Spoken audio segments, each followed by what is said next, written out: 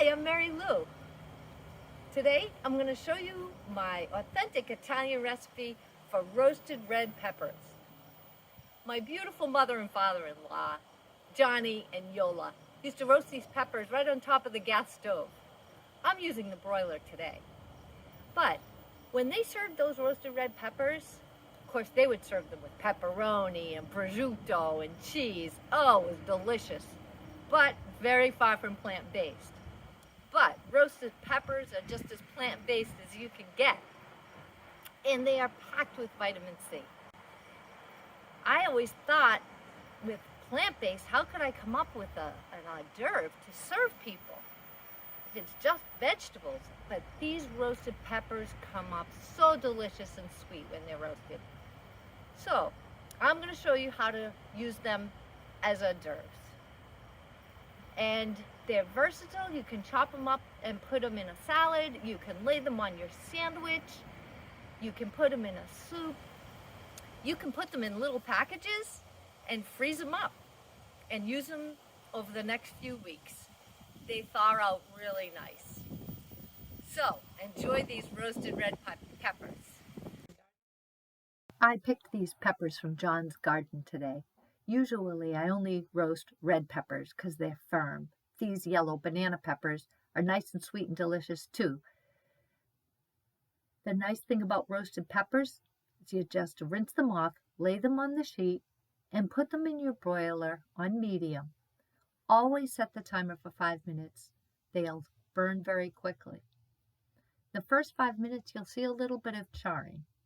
The second 5 minutes you'll start to see some of them are almost ready to turn. This charring is normal. Don't worry. As the skin gets black, it's not the pepper that's burning, just the skin. It will peel off. After the next 5 minutes, you'll see that everything is ready to turn here. These yellow ones are cooking up a lot quicker than the firmer red ones. So I'll give everything another turn and I will put them back in again for 5 minutes. When I take them out this time, these red ones are still not quite done.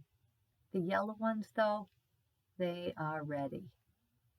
You'll see as I pick them up off the pan that they're soft, juicy, and that skin is falling off. This is good.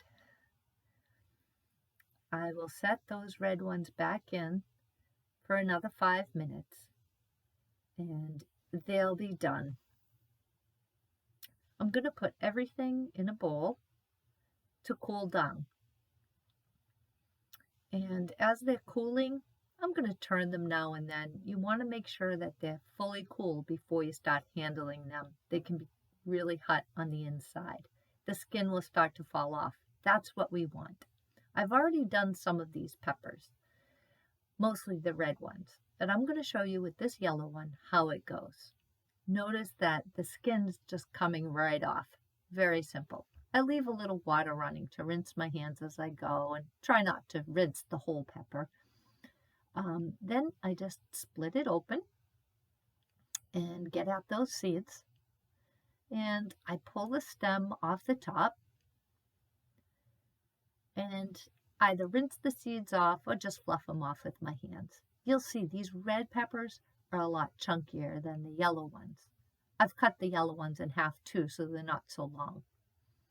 With all the juice that's left, you don't want to lose that juice, especially because we're not using any oil.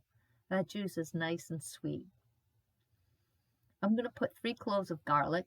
Of course, to peel your garlic, a good smash with your knife will make that paper just fall right off.